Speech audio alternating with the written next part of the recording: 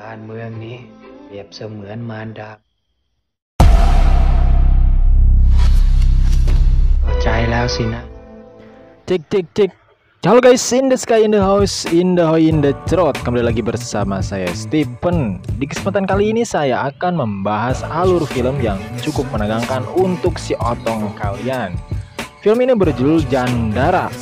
Film ini dirilis pada tahun 2012 yang mengisahkan seorang anak dari keluarga bangsawan yang tak dianggap oleh ayahnya sendiri. Selain itu juga film ini banyak sekali adegan hahehohnya. Paham tentunya kalian ya. Sebelum lanjut, klik dulu dong tombol subrek-nya dan hurungin loncengnya. Tak usah basa-basi lagi, kita langsung saja ke alur filmnya. Check this out.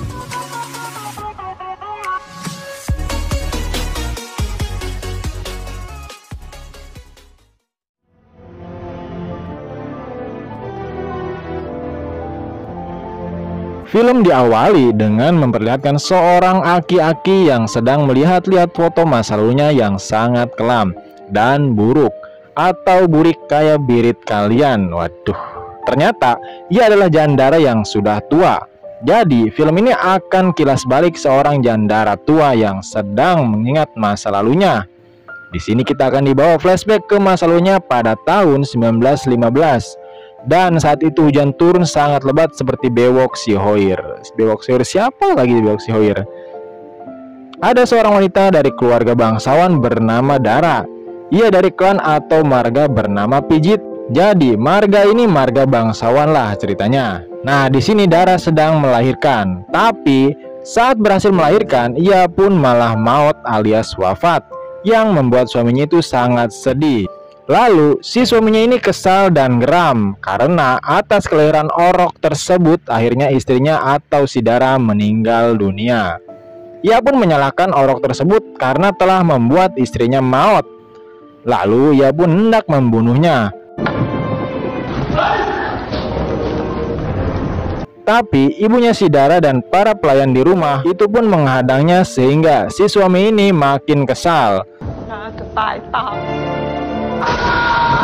Lalu ia pun malah gorowokan tidak parugu di tengah guyuran hujan dan mengutuk si anak tersebut. Anjing emang nih ya, si ada-ada aja tangkorak si suami ini ya. Oh ya, si suami ini kita panggil saja Mulet.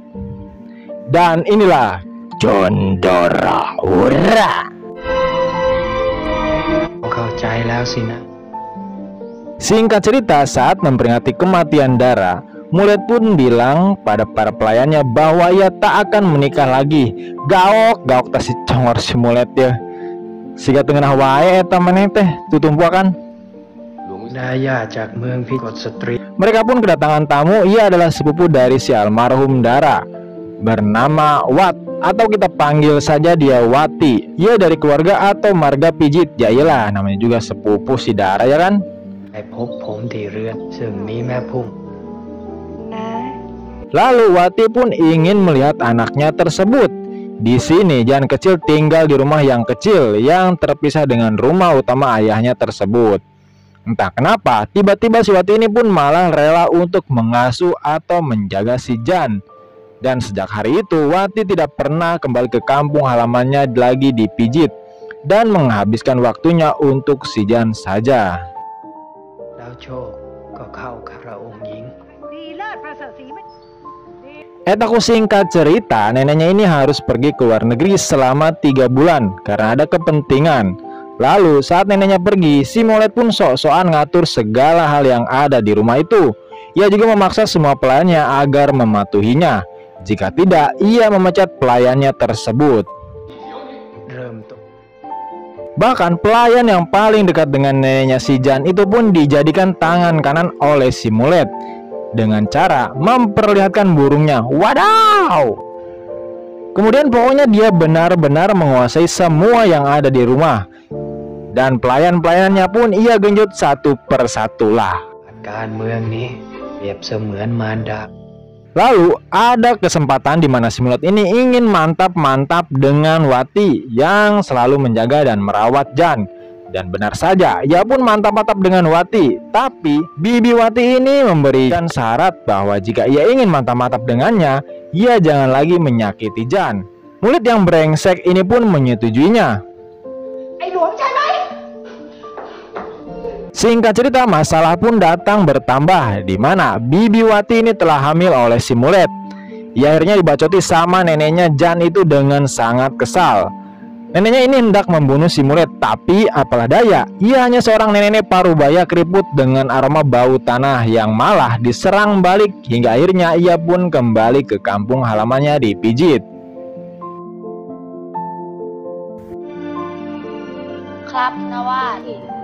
Beralih ke Jan yang sudah cukup besar, anak yang dikandung oleh Bibi Wati pun telah lahir, bernama Kay.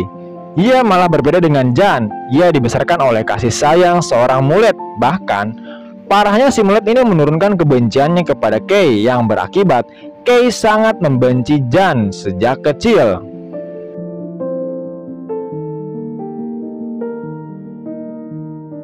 Saat Kay dan Jan foto bersama, Kay malah angot-angotan karena nggak mau foto bareng sama si Jan. Jan hanya berteman dengan para pelayan di rumah tersebut, terutama ia bersahabat dengan anak seorang pelayan bernama Ken. Karena si Jan dianggap mengganggu Kay, Mulet pun memarahi Jan sampai ia menggaplok si Jan sampai bercucuran air mata. Ken pun akhirnya mengobati dan merawat Jan, begitu juga dengan Wati yang merawatnya juga.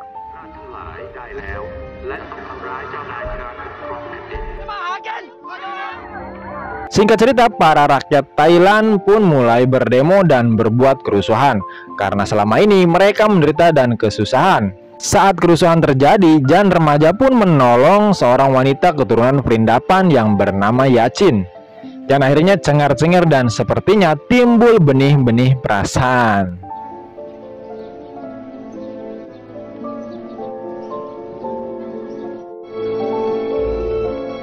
Saat Jan pulang dari sekolahnya, ia pun menemui ayahnya yang sedang pusing ngurusin urusan negara.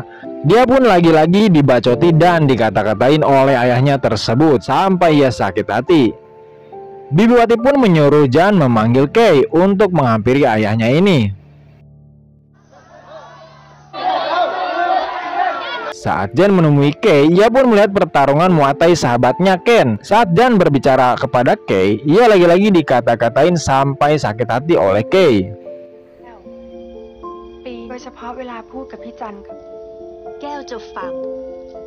Malamnya, saat Bibi Wati berbicara dengan anaknya, Kay malah berkata kasar pada ibunya yang terlalu sayang dan peduli pada Jan. Padahal si Jan ini bukan anak dari Mulet. Ia pun menggaplok congornya si Kay yang membuat ia menangis dan meninggalkannya.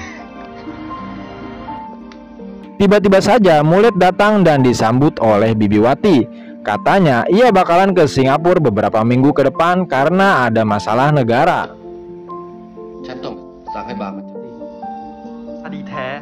Jan dan Ken yang sedang asik mengobrol pun dipotong oleh jam yang sudah larut malam. Ken pun pergi ke suatu tempat.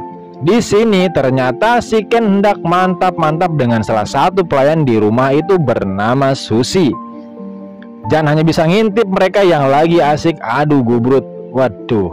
Besoknya saat pulang sekolah, Jan menemui Yachi, tapi pertemuannya itu diketahui oleh Ken. Maka saat di rumah, si Ken pun malah ngajarin Jan untuk mantap-mantap dengan si Yachi. Sumpah ini emang benar-benar teman yang panutan lah.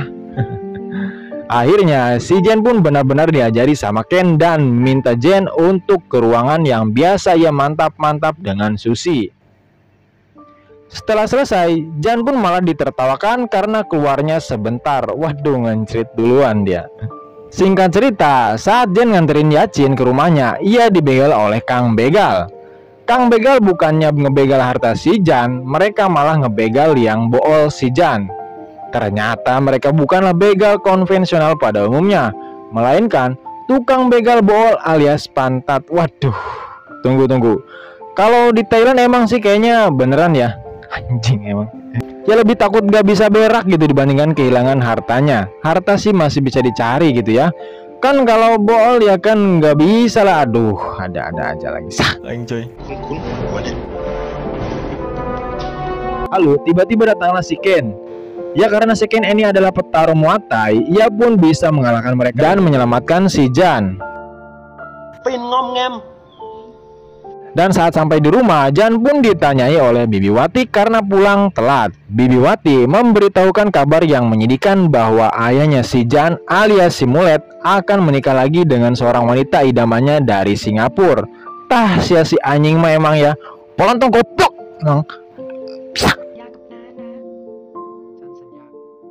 Dan film pun bersambung.